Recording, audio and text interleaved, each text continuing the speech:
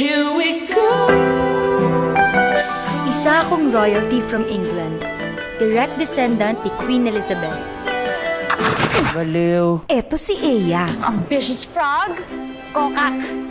ang medyo pangit na may-ari ng diary.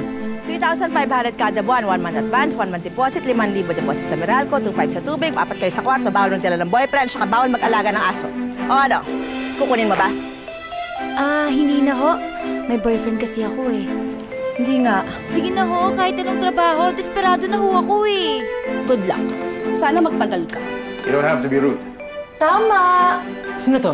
Si Cross, ang crush ng bayang pogi nga, monster naman. Ang anak ko is human, but also he is half halimaw. Mukha mo pala yun. Akala ko connected dots. Ay! Pangit na nga. Lampa pa. Hi, kilala mo ba si Cross Sanford? Eto naman si Lori, ang half-British BFF ni Eya. Alam mo, ewan ko sa'yo kung ba't nagustuhan mo yung tao na yan.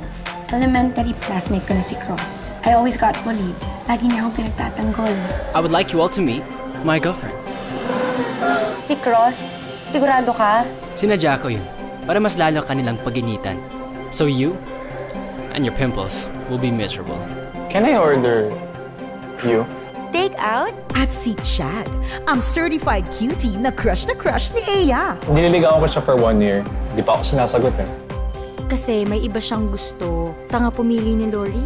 Chad loves Lori. Mahal na mahal kita. Lori loves Cross. Cross, I love you.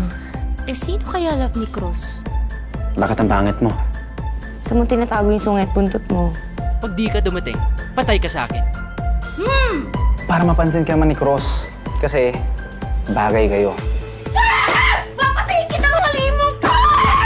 Inihahandog ng Viva Films, sina James Reid, Yasi Pressman, Andre Paras, and Nadine Lustre.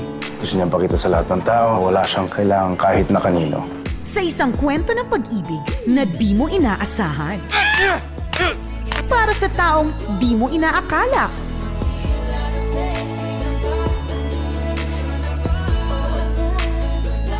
Paano nga ba kung ma-inlove ka sa isang taong alam mong hindi mai-inlove sa'yo kahit kailan?